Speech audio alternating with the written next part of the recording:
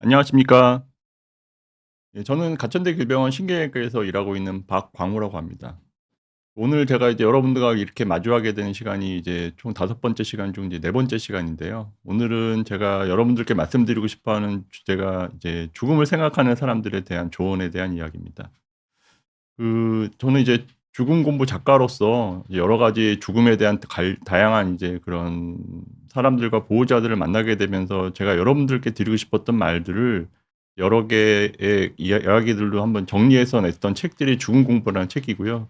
다행히 이제 여기 비욘디 스튜디오에서 이제 협조를 해 주셔서 이렇게 여러 가지의 강의 시간 단계를 만들게 되었고, 오늘이 그중 네 번째 시간으로서 말씀드린 것처럼 이제 죽음을 생각하는 사람들에 대한 조언, 뭐 세부적으로 들어가면은 죽음에 대한 그런 과정이 어떻게 이루어지게 되고, 실은 잘 죽기 위한 어떤 사회적 논의들, 이제 오늘은 주로 이제 이야기할 주제들이 안락사에 관련된 이야기들인데요.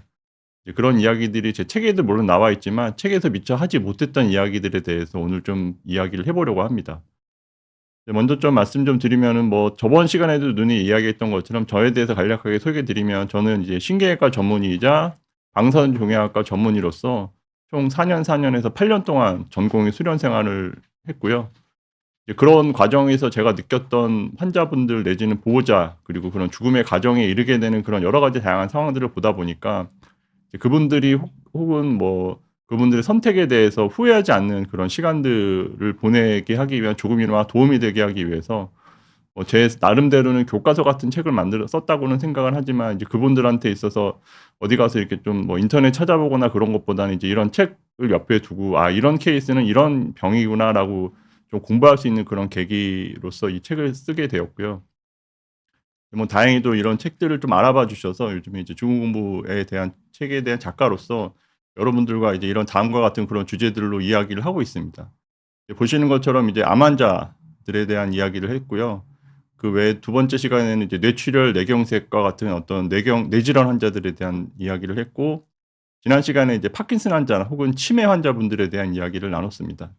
이제 오늘 제가 이제 여러분들께 말씀드릴 주제는 안락사와 관련되어 있는 죽음을 생각하는 사람들에 대한 조언인데, 그 죽음이라는 그런 과정 자체가 실은 되게 단순하게 그냥 내가 오늘로써 숨을 안 쉰다고 딱 죽거나 뭐 그럴 수 있는 게 아니라서, 다들 아시는 것처럼 우리 몸이라는 것 자체가 생물학적 한계를 지닌 인간이다 보니까 죽음의 과정이라는 게 생각보다 여러분들 생각하시는 것처럼 그렇게 안락하거나 그러지도 않고, 생각보다 고통스럽다는 거에 대해서 알려드리려고 이렇게 이 시간을 준비하게 되었습니다. 먼저 죽음이라는 거는 실은 결국 살아있다는 것에 대한 반대말이고, 그럼 '살아있다는 게 뭘까?'라고 생각을 하면, 살아있다는 것은 말씀드린 것처럼 생명이 있는 상태, 그리고 보시는 것처럼 이제 살아있는 게 결국 항상성을 유지하고, 그 유기체적인 생물로서 우리 몸이라는 게 항상 이렇게 그 생명을 유지하기 위한 그런 존재로서 이제 그 어떤 생물에 대한 그릇이라고 생각을 하게 되면 되는데, 그러다 보니까 다들 아시는 것처럼 최소한 생명을 살리는 심폐소생술, 의학적으로 내지는 생물학적으로는 살아있다는 거는 다시 말해서 심장이 뛰는 것, 그리고 숨이 쉬는 것. 뭐 일례로 저는 이제 신경외과 의사다 보니까 이제 뇌가 죽는 상태, 뇌사라든지 식모닝한 상태랑은 별도로 어찌 되었든 간에 생물학적으로 내지는 그 인간으로 사람으로서 살아있다고 저희가 정의 내리는 그런 기준은 진짜 심장 숨과 숨 쉬고 심장 뛰고 이제 요런 거 자체가 일단은 지금으로서는 이제 살아있다라는 그런 정의가 되겠습니다. 예, 그러다 보니까 실은 말씀드린 것처럼 생물학적 한계를 지닌 인간의 신체로서 이런 어떤 항상성이 깨지게 되는 상태, 다시 말해서 숨이 안 쉬어지게 되고 심장이 안 뛰어지게 되고 어떤 생물학적으로 해서 한계가 일어나게 되면 기본적으로 수반이 되는 게 통증입니다. 이런 통증이라는 거는 결국 인체라는 건 앞서 말씀드린 것처럼 생물학적 한 인간이다 보니까, 실은 이제 앞서 보여드린 것처럼 생명이라는 거는 결국 항상성을 유지하려고 하는 그런 자연적인 반응이 되겠고, 이제 그러다 보니까는 뭐 예를 들어서 칼에 베이거나 어디가 뭐 뼈가 부러지거나 이제 이렇게 되면은 이제 심장이 안 뛰거나 뭐 숨이 안 쉬어지거나 혹은 살이 베이거나 그러면은 이런 부분에 대해서 통증이 느껴지게 되고, 이런 통증이라는 거는 결국 우리 몸을 보호하기 위한 신체의 자연적인 반응, 생물학적 반응이라고 보여지게 됩니다. 그러다 보니까 실은 또 다른 이런 생물학적 반응 중에 하나가 결국 우리 몸에 이제 병균이 들어오게 되면 우리 몸에서는 자연적으로 면역 반응이 일어나게 되고, 그런 면역 반응의 일환으로 이제 열이 발생하게 되고 이제 온몸이 아프게 되고 이제 그렇게 되겠죠 이제. 이 말을 드리는 이유 중에 하나는 다시 말해서 이제 죽음이라는 그런 자체가 이제 여러분들이 생각하시는 것처럼 정말 평온하고 정말 숨 자는 듯이 이렇게 죽는다는 그런 과정이 얼마나 어렵다는 거에 대해서 이야기를 드리기 위해서 이렇게 생물학적 한계에 대한 인간의 그 제 느낌으로서 어쨌든 인간으로서의 보잘것없는 그릇에 대한 이야기를 하고 싶었던 거고요. 그러다 보니까 이런 통증이라는 그런 부분에 대해서 배제할 수 없이 자는 듯이 이렇게 죽을 수 있는 그런 상태는 아닌 것 같다라고 말씀을 좀 드리고 싶었습니다. 그러다 보니까 이렇게 자는 듯이 죽지 못하는 상황이 되면 어떻게 되느냐. 이렇게 되는 상황이 되는 거죠. 이제 보시는 것처럼 이제 콧줄 놓고 목에 구멍 뚫어서 기관절개를 한 상태에서 이제 머리에다가 이제 EVD 라인이나 뭐 이렇게 해서 관까지 넣은 상태로 이렇게 본인의 의지와는 상관없이 이런 상태도 저희는 일단은 살아있는 상태로 보여지게 됩니다. 그러다 보니까 이런 죽음에 대한 그런 지난한 과정에 대해서 여러분들께 말씀드리고 싶었던 거고, 죽음이라는 게 생각처럼 이렇게 우아하거나 내지는 평온하거나 고통 없이 죽기는 되게 어렵구나라는 부분에 대해서 이야기를 하고 싶었습니다. 혹자는 또 이렇게 얘기를 하시거든요. 얼마 전에 그러면은 그냥 나는 죽을 때 돼서 내 스스로 곡기를 끊겠다. 아무것도 먹지 않고 그냥 편안하게 죽을 수 있지 않겠느냐. 아무것도 먹지 않으면은 뭐 혹자 어떤 사람들이 그러던데 뭐 머리 안에서는 행복 호르몬 같은 게 나와서 죽는 순간에도 편안하게 죽을 수 있는 방법이 이제 곡기를 끊는다라고 이야기를 하시는데, 실은 이제 그 곡기를 끊는 식사를 안 한다는 것 자체가 아무도 그런 과정을 겪어보지 못한 그런 과정인 거고요. 제가 느끼기에는 실은 이제 곡기를 끊는다는 상황 자체가, 저는 이제 이런 분들 외래에서 보다 보면은 그 보호자분들이 주로 이야기를 많이 하시거든요. 파킨슨이나 말기 치매 환자분들 식사를 안 하시려고 그러신다. 그럼 이제 그 보호자분들이 와서 하나같이 하시는 말씀들이, 결국 그분들이 뭐 본인의 의지를 하시던 의지와 상관없이 이야기를 하시던 그분들도 대부분 우리 어머님 내지는 우리 부모님이나 혹은 뭐 내 배우자를 상대로 어떻게 하면 좋겠느냐라고 이야기를 하시면서 이제 대부분 이제 영양 음료를 달라, 내지는 입맛을 돋게 하는 약을 달라, 뭐 내지는 식사를 하기 위해서 어떻게 하면 좋겠느냐라고, 집에 계시는 분들은 그렇게 이야기를 하시고, 병원에 있는 분들은 식사를 안 할 경우는 어떻게 되느냐. 이렇게 코에 경비위관을 삽입하게 되죠. 이제 경비위관이라는 게 레빈 튜브라고 하는 이 경비위관 같은 경우는 코에다가 관을 넣어서 이제 위까지 연결하는 그런 튜브를 넣게 되는데, 이렇게 되면 이제 본인 스스로 이제 어쨌든 입으로는 안 먹지만 영양 공급은 되는 상태이기 때문에, 이런 부분에 대해서 실은 제가 여기서 드리고 싶은 말은, 죽음이라는 게 내 스스로 곡기를 끊는다고 딱 끊을 수 있는 그런 상태가 아니라는 거에 대해서 이야기를 드리고 싶었거든요. 병원에 있거나 혹은 요양원이나 요양병원에 있게 되면 반드시 이런 과정을 겪게 되는 게 맞고요. 혹은 집에서 뭐 운이 좋다고 할 수도 있고 나쁘다고 할 수 있겠지만, 혹은 집에서 이제 보호자들의 간병을 통해서 곡기를 끊게 되는 그런 상황이 돼서 뭐 힘들게 어찌 해서 이제 만약에 집에서 사망을 하게 됐다. 이렇게 되면 이때부터 또 고민해 봐야 될 것들이, 실은 이제 집에서 사망을 하게 되면은 우리나라 같은 경우는 이제 이런 어떤 타살 가능성의 우려 때문에 일단은 119가 아니라 112에 먼저 신고를 하게 되어 있고요. 그리고 시체 이송은 119가 하는 게 아니라, 119는 보통 살아있는 사람을 이송하는 거기 때문에 119에서 시체를 이송해 주지는 않습니다. 그래서 일단 먼저 112에 신고를 하게 되면 일단은 경찰이 와서 시체를 확인하고, 운이 좋으면 거만의, 다시 말해서 의사가 와서 사망 진단서를 작성을 해 주게 되는데, 이제 이 의사가 실은 뭐 법의학을 공부하는 것도 아니고 어쨌든 그 환자의 사망 이유를 알 수가 없기 때문에, 거만이를 부르는 것도 어렵지만 실은 그 거만이가 와서 이렇게 사망 진단서를 작성하게 되는 경우는 무척 드뭅니다. 어찌 됐든 간에 이렇게 경찰이 와서 타살의 흔적이 없거나 뭐 이송이 가능하겠다 싶으면 이제 경찰이 지시를 하는 거죠. 이제 시체에 손을 대게 되겠다. 제가 이 말을 드리는 이유는, 경찰이 시체를 확인하기 전까지는 그 보호자라고 하더라도 시체에 손을 대면 안 되거든요. 그러다 보니까 이제 이런 식으로 시체를 이송하게 되는 어떤 허락을 받게 되면 병원에서 가게 되고, 병원에서는 사체 검안서라는 걸 작성을 하게 됩니다. 이런 과정을 통해서 보시면 이런 사체 검안서 내지는 사망 진단서 양식인데, 이 양식에서 보시게 되면 이제 뭐 사인을 적게 돼 있고, 이제 제일 중요한 게 실은 이 밑에 보시는 사망의 종류, 이제 병사, 외인사, 이제 기타 및 불상이 이렇게 되게 돼 있는데, 여기서 이제 좀 당황스러운 것 중 하나가, 만약에 이제 그 사망의 원인이 외인사 혹은 뭐 잘 모르겠으니까 그냥 기타 및 불사항으로 사망한 경우에는 이게 이제 검사의 지휘를 받게 돼 있거든요. 이제 검사가 이건 좀 약간 사망의 원인이 의심스럽다.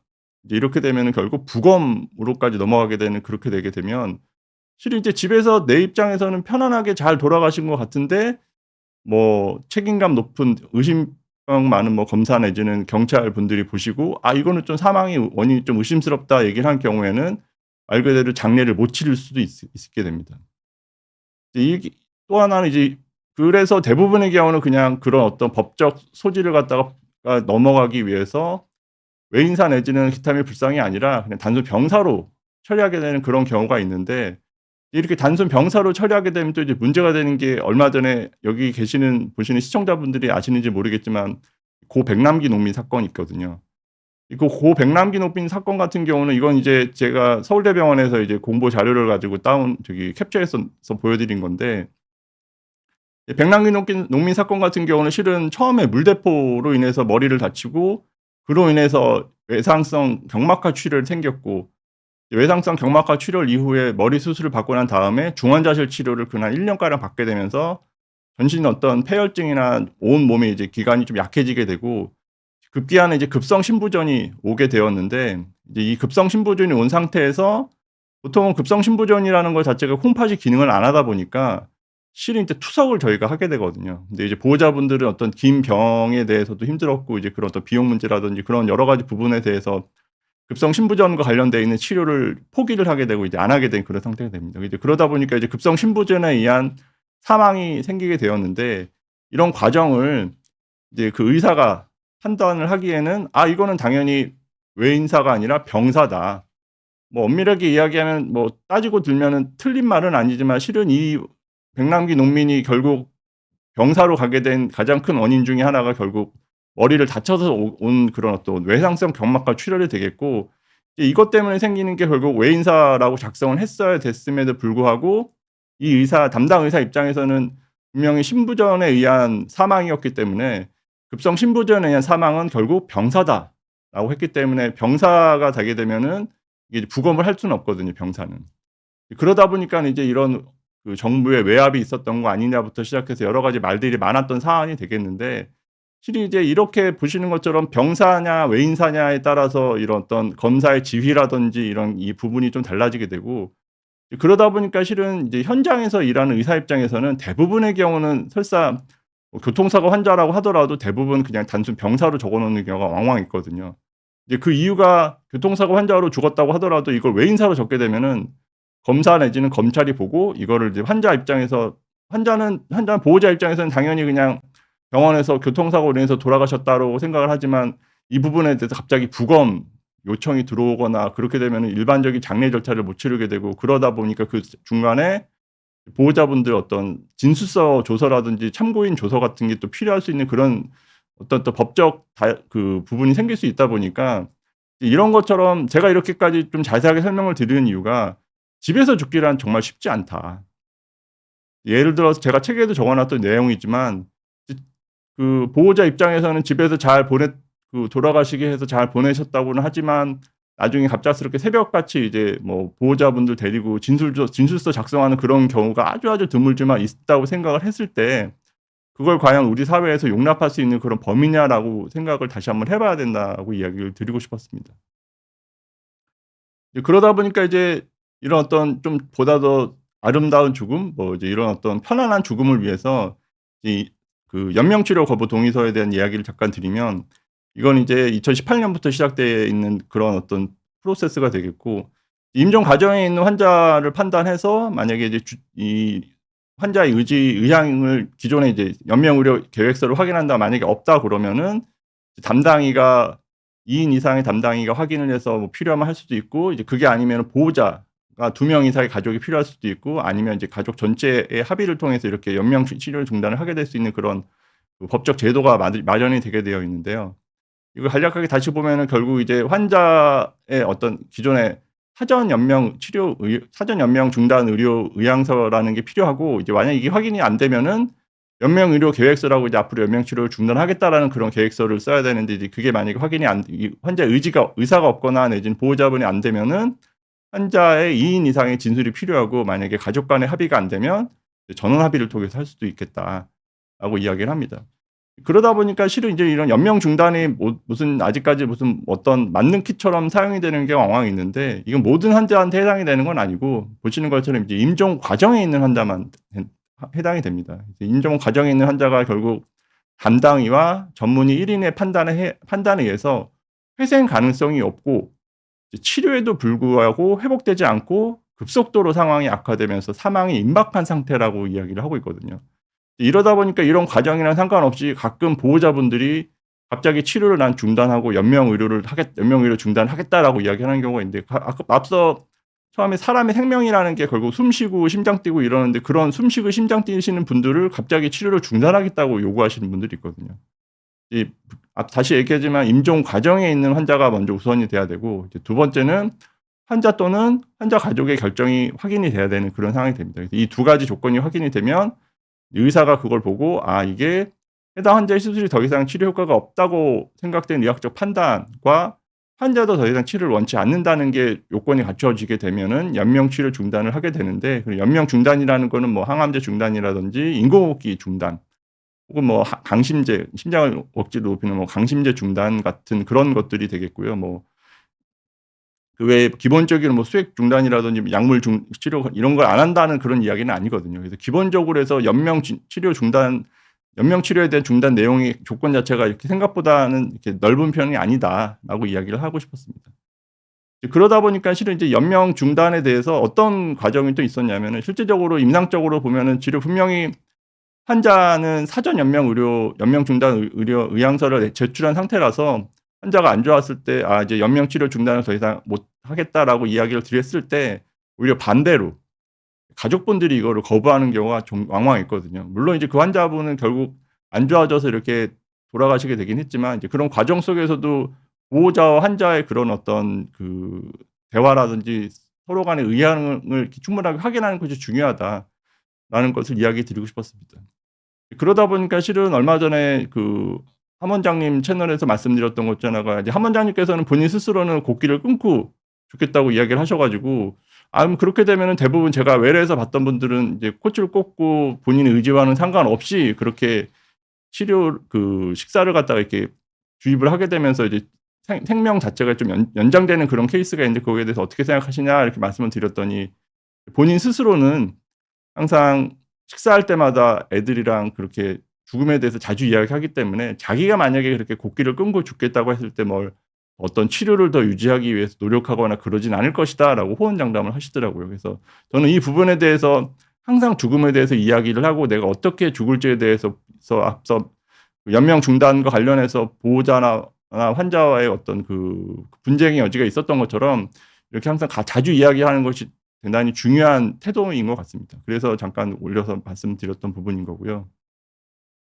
이 말을 드리는 이유는 결국 우리가 사람인 이상 세상을 태어난 이상 누군가의 아버지 혹은 뭐 누군가의 어머니 내지는 아들이든 자식이든 그렇게 관계 속에서 연결되어 있다 보니까 나 혼자 죽을 수 있는 그런 웰다잉 다시 말해서 고독사가 되지 않는 이상 내가 죽음으로 인해서 누군가와 연결돼 있어서 그분들과 있어서 어떤 감정적 교류가 있는 상황에서 나 혼자 죽을 수만은 있는 건 아니라고 생각이 들었거든요.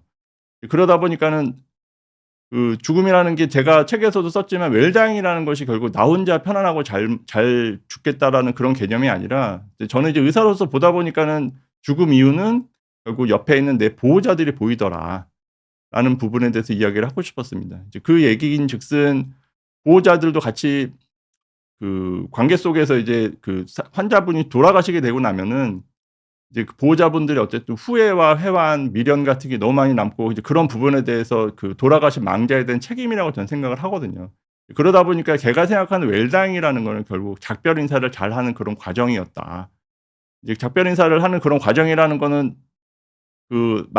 돌아가시는 분 입장에서는 본인의 잘 죽고 잘 돌아가시게 하는 그런 과정도 있지만 남아있는 사람들에 대한 더 이상의 어쨌든 기억 속에서 자신에 대한 모습을 갖다 한번 좀 생각해 보는 게 중요한 그런 웰다잉의 과정이다라고 저는 주장을 이야기를 하고 있습니다. 그러다 보니까 앞서 이야기했던 함 원장님이 얘기하시는 것처럼 이런 식으로 죽음에 대해서 자꾸 이야기하고 같이 이렇게 관계 형성을 이끌어 나가는 게 죽음을 정말 잘 대비하는 그런 방법 중에 하나이다라고 이야기를 하고 있습니다.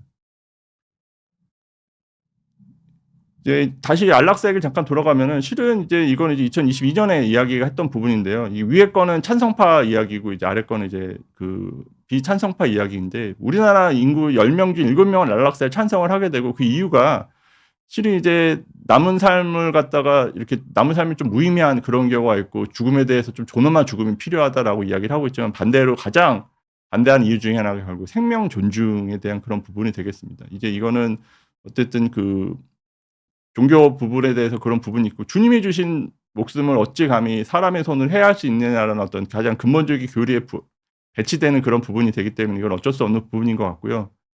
그러다 보니까 실은 그럼에도 불구하고 우리나라 이건 2024년에 설문조사를 해 봤더니 이건 2025년 기사인데 2024년에 설문조사를 해 봤더니 앞서 보여드렸던 거는 이제 실은 소극적 안락사에 대한 그런 부분인 거고 이건 이제 적극적 안락사 중에 하나인 조력 존엄사. 이제 조력 존엄사라는 거는 실은 의사가 죽을 수 있는 약이나 약물을 처방을 하면 환자가 스스로 선택해서 죽을 수 있게끔 도와줄 수 있는 조력 자살 내지는 조력 존엄사를 갖다가 허용을 해야 된다라는 그런 의향인 거고 이런 조력 존엄사를 갖다가 원하는 국민들이 82% 대단히 높죠. 이제 82%나 되지만 아직까지는 그게 현실적으로는 그 법제화 부분에 대해서 한계가 있더라. 그 이유가 이제 아시는 분이 있는지 모르겠지만 이게 지금 1997년에 보라매 병원 사건에 대해서 이야기를 했던 간략한 내용이거든요. 이제 그때 이야기를 잠깐 드리면 97년 저는 이제 2003년에 제가 인턴 때 처음 죽는 환자를 갖다가 모셨을 때 이야기했던 에피소드를 잠깐 말씀을 드리면 그때는 제가 2003년에 인턴했을 때 신경외과 인턴했을 때 위에 전공의 선생님께서 "야 누구누구 오늘 집으로 가서 돌아가시게 할 거니까 네가 거기까지 따라갔다 와. 그리고 거기서 사망 선언을 하고 오라고 이야기를 하시더라고요. 그래서 이제 어쨌든 제가 전공이 그 인턴 때라고 하면은 제가 이제 제 나이 그때 한 25 정도 됐을 텐데 인턴 나이 25에 처음에 환자의 죽음을 목격을 하면서 그때는 이제 앰뷸런스 타고 가면서 이제 앰브라고 그래서 이제 그 환자 호흡을 갖다가 유지를 하고 이제 그런 상황에서 그 환자가 시골집 들어가서 이제 시골집에서 이제 그 스트레처 카트라고 해서 침대차로 이제 그렇게 해서 방 안에 누이고 난 다음에 그다음에 이제 그때까지 이제 기관삽관 안에 있던 기관삽관을 갖다가 이제 집에 모시고 방 안에다 이제 모시고 난 다음에 기관삽관 이렇게 쭉 뽑고 나면 이제 한 1-20분 있다가 환자가 이제 호흡이 안 좋고 이제 그러면서 이제 숨이 점점 꺼져 나가고 손에 달고 있던 그 심전도를 에서 이제 그 플랫 상태가 떠지게 된 걸 확인하고 난 다음에는 그다음에 이제 제가 그 자리에서 이제 "아 누구누구 씨 몇 날 몇 시 사망하셨습니다."라고 사망 선언을 하고 이제 병원 와서 이제 나중에 사망전 작성하고 이제 그때는 그게 됐었거든요. 그때가 2003년이었습니다. 그래서 2003년에는 그랬었는데 이제 그게 바뀌게 된 게 지금 요 사진에서 보여드린 1997년에 보라매 병원 사건 때문에 그 이후로 바뀌었습니다. 이게 왜냐하면은 97년에 일어났던 사건이 2004년에 최종 대법 판결이 나게 되면서 2004년부터 지금의 의료 환경이 싹 바뀌어 버리게 됐거든요. 이제 그게 실은 1997년까지만 그러니까 제가 2003년까지만 하더라도 당시 병원의 어떤 분위기란 의료 관행이라는 거는 환자나 보호자가 요구를 하면 뭐 퇴원할 수 있다는 그런 집에서 돌아가신다고 하면 집에서 보내 줬던 그런 호플리스 디스차지라고 그래서 그게 가능했던 시절이었습니다. 이제 그랬던 의료 관행이 요게 이제 보라매 병원 사건 다시 이제 또 이야기를 돌아가면은 보라매 병원 사건이라는 것 자체가 이제 그러니까 남자분이 머리를 다쳐 가지고서는 경막하 출혈이 생겨서 그것 때문에 이제 보호자를 찾았는데 보호자가 없어서 당시 주치 판단으로 머리 수술을 하고 났더니 다음날 아내분이 찾아오셔서 "아 이거 나 더 이상 치료 못 받겠다. 이거 돈도 없고 난 환자 더 이상 돌아오지 않을 것 같으니까 난 집으로 가겠다." 이래 가지고서는 뭐 그때 당시에는 어쨌든 의료 관행이 그랬으니까 자의퇴원 서약서라고 그래서 "병원의 책임을 더 이상 묻지 않겠다. 이거 집에 가면은 분명히 환자 죽으니까 이제 그런 부분에 대해서 충분하게 병원 측에서는 할 만큼 했다." 이제 이렇게 써 놔서 이런 각서를 써서 자의퇴원 의향서라고 해서 그런 각서까지 다 써서 집으로 퇴원시켰다가 물론 며칠 안 있다가 돌아가셨죠. 돌아가셨는데 이제 먼 사촌 동생이라는 분이 자기 외 형을 이 형수가 "죽였다. 그래서 이렇게 살인죄다."라고 이야기를 했고 병원을 상대로는 "살인을 방조했다." 이래 가지고서는 이제 살인 방조죄로 이제 이렇게 두 기관을, 그러니까 뭐 부인부터 시작해서 병원을 상대로 해서 그 소송을 걸었고요. 이런 살인 방조로 실질적으로는 그 의사는 집행유예지만 어쨌든 실형을 선고받았던 그런 계기가 되었습니다. 그래서 그런 대법 확정 판결이 났던 게 이제 2004년에 이야기가 되겠고요. 2004년 이후로는 이제 의료진 입장에서는 이게 이제 자칫 환자나 보호자가 집으로 가고 싶다 그래도 일단 집으로는 일단 못 가는 거죠, 무조건. 어찌 됐든 간에 죽이 되든 밥이 되든 병원에서 죽는 것이 병원 입장에서도 그렇고 환자 입장에서 보호자 입장에서도 그렇고 어쨌든 이 부인분도 결국 그 살인죄로 어쨌든 유죄를 받았기 때문에 보호자 입장에서도 어쨌든 병원에서 돌아가시는 게 서로 간에 안전한 법적 장치가 되었다는 그런 선례를 남기게 되었습니다. 그러다 보니까 2004년 이후로는 모든 병원에서는 실은 무의미한 치료라고 하더라도 일단은 환자의 의사를 확인할 수 없기 때문에 무조건 치료를 유지를 했던 그런 어떤 판결이 되게 되었습니다. 이러다 보니까 그 이후에는 앞서 말씀드린 것처럼 무의미한 연명 치료라는 것 자체가 과연 이거를 치료를 해야 되냐라는 부분에 대해서 현실적인 그 한계가 있긴 했지만 이제 그게 바뀌게 된 게 이제 2008년에 이렇게 바뀌게 되었습니다. 2008년에 이제 김할머니 사건인데 2008년 세브란스에서 이제 폐 조직 검사를 하다가 이제 그 과량 출혈이 되면서 저산소성 뇌증에 빠지게 되면서 이제 환자가 이제 호흡을 못 쉬게 된 상태가 되었고 이제 보호자 입장에서는 이 우리 어머님은 평상시에 나 이렇게 구질구질하게 살고 싶지 않기 때문에 이런 게 있으면 나는 그냥 빨리 죽게 해 다오. 그래 가지고서는 이제 보호자 입장에서는 어차피 인공호흡기를 다루고 있었기 때문에 "연명 치료를 더 이상 하지 않겠다."라고 했는데 앞서 말씀드린 것처럼 의료진 입장에서는 이제 보수적인 의료사회 입장에서는 어쨌든 책임을 지는 게 싫기 때문에 또 법적 책임 부분에 대해서 있는 부분 때문에 결국 이제 이런 부분에 대해서 보호자분들 환자의 또 의사를 확인할 수 없었던 의료진 입장에서는 "이거는 하면 안 된다." 이래 가지고서 이게 법적 분쟁이 붙었고 2008년에 그런 사고가 생겼는데 결국 대법원 확정 판결이 난 게 이거는 좀 빨리 나게 돼서 2009년에 대법원 확정 판결이 나게 되면서 이제 그때 이제 요거를 갖다가 뺄 수 있게 되었거든요. 여담이지만 이걸 뺐더니 인공호흡기를 중단했는데도 불구하고 그 뒤로 한 1년 남짓 또 살아 가지고 이것 때문에 이제 보호자분들은 또 이제 의료진 상대로 과잉 진료다 뭐 이렇게 해서 또 다른 또 소송이 또 들어가긴 했는데 이제 그걸 차치하고서라도 어쨌든 이때 대법원 확정 판결이 결국은 지금의 연명 의료 중단에 대한 어쨌든 시발점이 되었던 게 있습니다. 그러다 보니까 이제 2009년에 그런 판결이 나고 결국 그런 부분에 대해서 결국 이제 그게 이제 그 한 19년 정도 걸리면서부터 겨우 우리나라 같은 경우 소극적 안락사를 갖다가 인정하게 되는 그런 계기가 되었습니다. 보시는 것처럼 근데도 불구하고 2009년에 아까 제가 말씀드린 것처럼 2009년에 확정 판결이 났다고 얘기했잖아요. 근데도 이게 결국 법 안으로 이제 정비가 돼서 최종적으로 처음에 들어오게 된 게 2018년에 이렇게 시행이 되게 되었거든요. 그래서 실은 다양한 논의들이 이제 그렇게 확정 판결이 났다고 해도 시행령으로까지 해서 우리가 뭐 환자나 보호자분들이 최종적으로 어쨌든 그런 규제에 적용을 받게 되고 하게 되는 게 좀 시간이 좀 오래 걸리더라. 그래서 2009년 게 2018년에 시행이 됐기 때문에 한 9년 만에 걸려서 이렇게 시행이 되게 되었거든요. 보시는 것처럼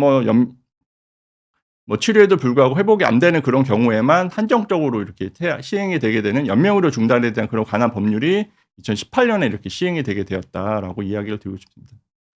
그러다 보니까 아직까지 우리나라 같은 경우는 이제 안락사 종류를 갖다가 이렇게 이제 어느 정도로 소극적으로 할지 적극적으로 할지 혹은 이거를 갖다가 그 안락사의 주체가 누구인지 자발적으로 환자 스스로 할지 아니면 비자발적으로 할지를 가지고서는 저희가 이렇게 나누게 되는데 우리나라는 아까 얘기한 것처럼 여기만 지금 겨우 이제 비자발적 혹은 원래는 기존에는 요렇게만 있었던 거를 겨우 이제 요 정도 늘린 거거든요. 그래서 소극적 안락사까지만 지금 현재로서는 가능한 상태다.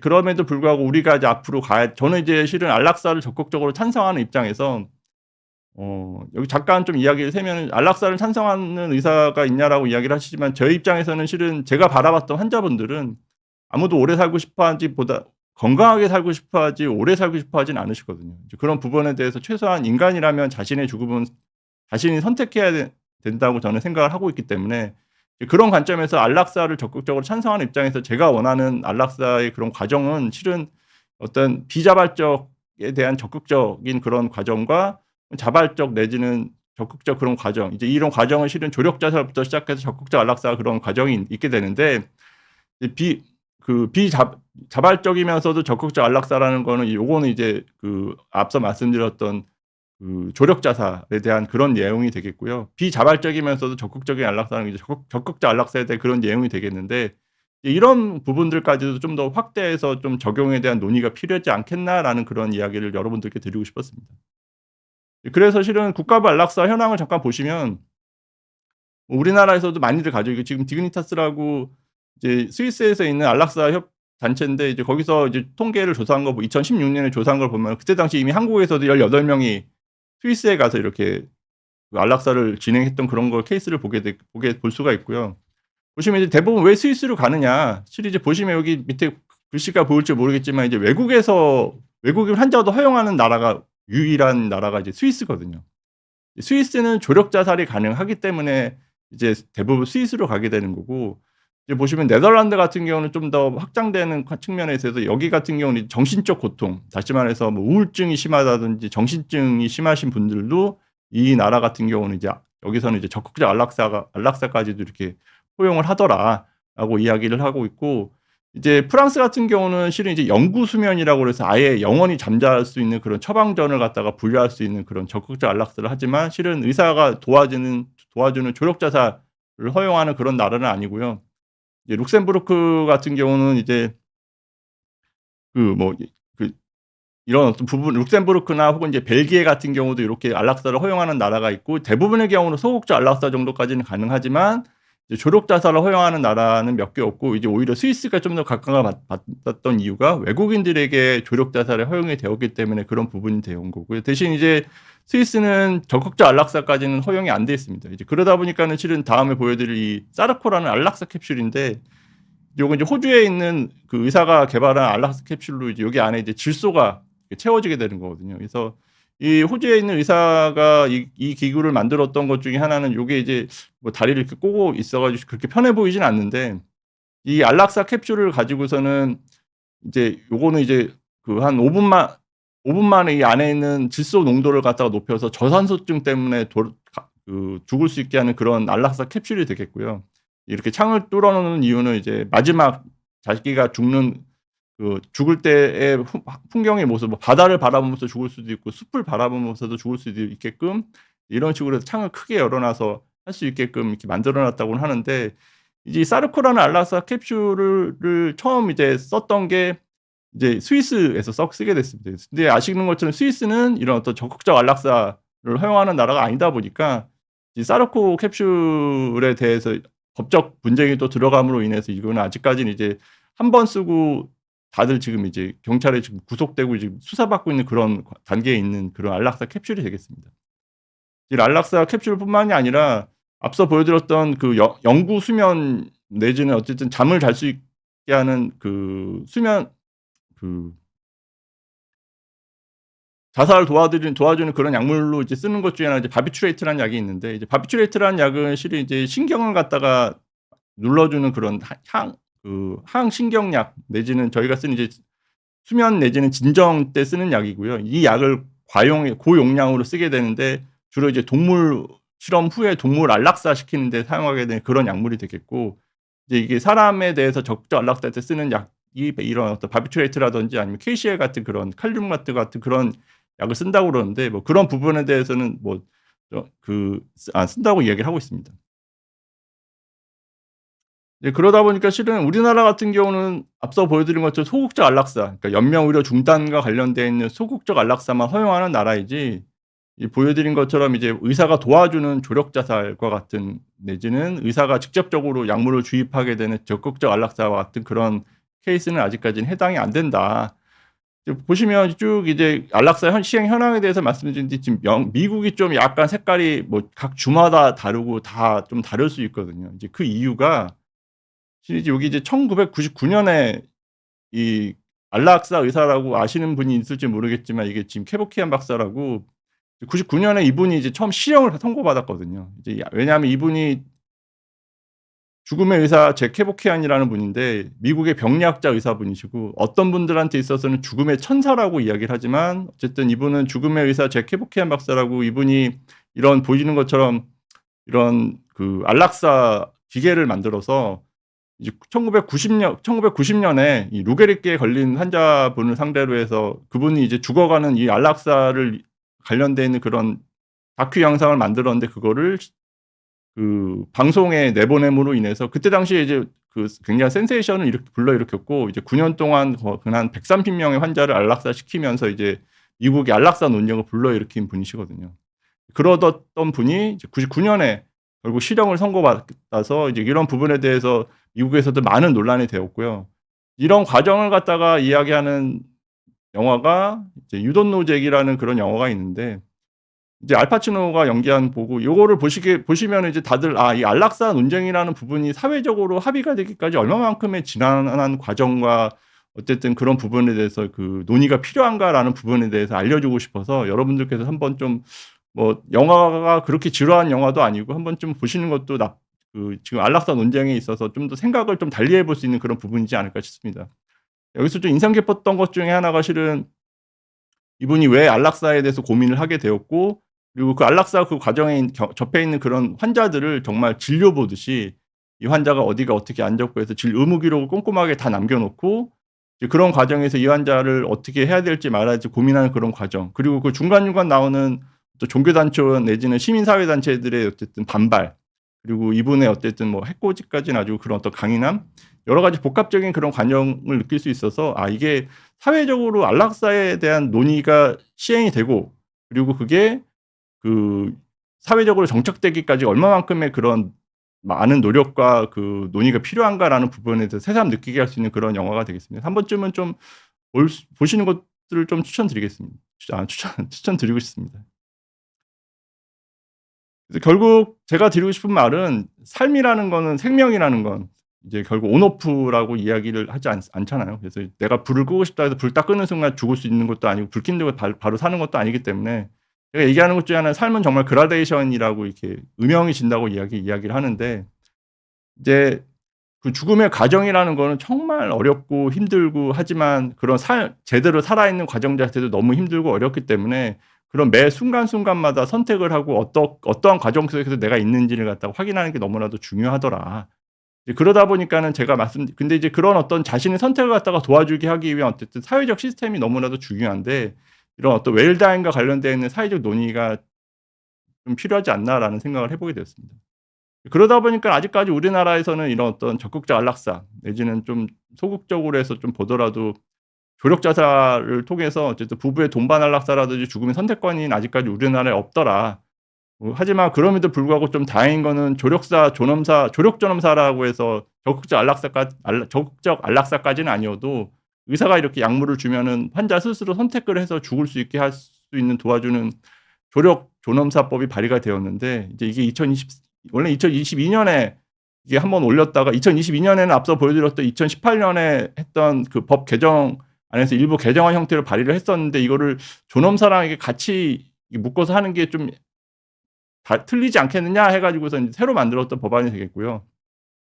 그래서 이게 2024 년에 지금 상정이 됐다고는 하는데 지금 그 이후로는 팔로우업이 안 돼서 지금 명확하게 말씀을 좀 못 드리겠는데 잠깐 이거에 대해 설명을 드리면은 이제 그 조력 존엄사를 희망하는 사람은 조력 존엄사 위원회에서 조력 존엄사 위원회라는 거는 저 밑에 보시면은 이제 그 조력 존엄사를 갖다가 이 25명 그런 위원회를 갖다가 만들어서 그 위원회의 대상자를 선정을 하고 이를 심의하고 결정해서 이제 심의하기 위한 보건복지부 장관 소속 심사위를 설치하는 그런 내용이 담겨져 있거든요. 그래서 이렇게 대상자 결정이 만약에 지정이 되면 한 달 뒤에 본인이 이제 담당 의사와 전문의 2명에게 존엄사를 희망한다는 의사를 표시한 뒤에 이행할 수 있고 이제 이게 제일 중요한 이제 의사로서 이게 제일 중요한 부분인데 어쨌든 법적 테두리를 보호를 받아야 되기 때문에 존엄사를 도운 담당의는 현행법상 형법에 따른 자살 방조죄 적용에서 제외된다.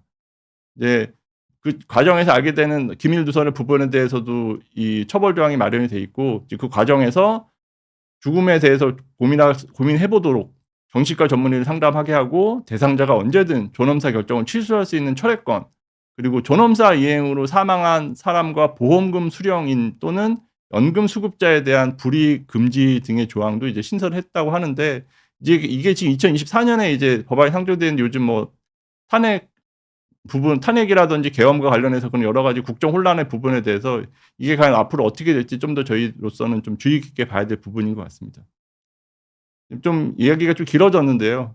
내용 자체는 이렇게 많지는 않은데 좀 말이 좀 많았던 것 같습니다. 그래서 마무리를 잠깐 드리면 그 생물학적 한계 속에서 지닌 인간이다 보니까 실은 죽는 거는 되게 어렵더라. 살아가는 것만큼 더 어렵고 적극적 안락사에 대한 논의가 필요한데 적극적 안락사 내지는 이게 적극적 안락사를 논의를 하게 되면 앞서 보여드린 것처럼 연명의료 중단과 관련해서 대법원 확정 판결 이후 시행령까지 9년이나 시간이 걸렸던 것처럼 제 입장에서는 당장 시행이 필요하지 않나. 그 말인즉슨 실은 적극적 안락사 의사인 입장에서 안락사가 필요한 분들, 다시 말해서 저는 안락사조차도 실은 하나의 치료적 선택권 내지는 치료적 옵션으로 환자한테 열려줄 수 있는 어떤 선택할 수 있는 기회를 좀 줬으면 좋겠는데 그런 부분에 대해서 좀 닫혀 있는 게 좀 안타까워서 이런 강의를 좀 준비를 해 봤고요. 이제 부끄럽지만 다음 시간이 마지막 시간이 되겠는데 다음 시간 잠깐 예고를 드리면은 제가 썼던 죽음 공부란 그래서 뭐냐. 곰곰이 생각해 보면은 제가 썼던 죽음 공부라는 거는 어떤 독자분께서 피드백을 좀 서평을 남겨 주셨던 것 중에 하나가 일단은 죽음에 대한 팩트를 정확하게 알아야 된다. 죽음의 과정은 어떻고 병으로서 이렇게 죽었을 때는 내가 어떤 상황에 처치해 있는지를 갖다가 아는 것이 죽음 공부였더라라고 누가 적어 놓으셨더라고요. 근데 그런 거는 틀린 말은 아닌 것 같고 저도 이제 그런 부분에 대해서 다음 시간에는 죽음 공부라는 건 무엇이고 여러분들께서 좀 생각해 보고 고민해 봐야 되는 부분에 대해서 좀 알려드리려고 했던 게 있고요. 그렇다면은 작가로서 의사로서 당신이 하고 있는 죽음 공부란 뭐냐? 그런 부분에 대해서 제가 여태까지 살아왔던 삶의 방식이라든지 제가 하고 있는 매일매일 하고 있는 죽음 공부는 어떻게 하고 있는가라는 부분에 대해서 여러분들께 말씀드리고 싶습니다. 그래서 이런 다음 시간 부분에 대해서는 죽음 공부란 무엇인가에 대해서 이야기를 드리고 싶습니다. 예, 여기까지입니다. 그래서 예, 이제 소통하는 게 좀 어색해서요. 그래서 그 낚시한 아재님께서 어쨌든 죽음 공부 계획 세워 두신 게 있냐고 여쭤보시는데 이제 저는 요거는 이제 제가 다음 시간에 죽음 계획이라는 것보다는 죽음 공부를 앞으로 어떻게 하고 저희가 생각하는 삶의 방식이라든지 그런 부분에 대해서 이야기를 할 수 있는 그런 뭐지? 내용이 좀 되겠습니다. 그래서 뭐 스포까지는 아니어도 다음 시간을 좀 기대하는 게 좋을 것 같습니다. 스노클님께서는 극단적인 선택하는 사람이 한국에만 하루에 40 명이라는데 선생님 생각이 궁금하다고 그러는데 이것도 오늘 내용이 좀 넣을까 말까 고민을 잠깐 했었는데 저는 이제 얼마 전에 뭐 주변에 이제 자살하신 분이라든지 이렇게 보다 보면 느끼는 것 중에 하나가 사실 이제 한국인이라는 게 결국 이제 절대적 행복보다는 상대적 행복 내지는 상대적 불행에 대해서 더 민감한 그런 사람들이 모여 있는 집단이다 보니까 이제 저는 개인적으로 이렇게 위를 보면 끝이 없고 아래를 보면 한이 없다고 이야기는 하는데 제 입장에서는 죽을 이유를 100 가지를 찾으면 살 이유를 100 가지를 찾는다고 이야기를 하거든요. 그래서 어쨌든 극단적인 선택을 하는 사람 입장에서는 그분들에 대한 이유는 다 나름대로는 있겠지만 제 입장에서는 실은 뭐 이 그 살아야 되는 이유? 이건 이제 얼마 전에도 주변에도 항상 이야기하는 것 중에 하는 건데 실은 얼마 전에 이제 그 자살한 친구가 있어서 이제 그 친구를 떠올리면서 이거 너무 안타까워서 너무 괴로운 마음에 이제 식사를 하러 가면서 제가 좋아하는 팥칼국수에 갓김치를 얹어서 먹으면서 '이게 내가 정말 죽게 되면은 이 맛있는 팥칼국수와 갓김치를 더 이상 먹지 못할 텐데.'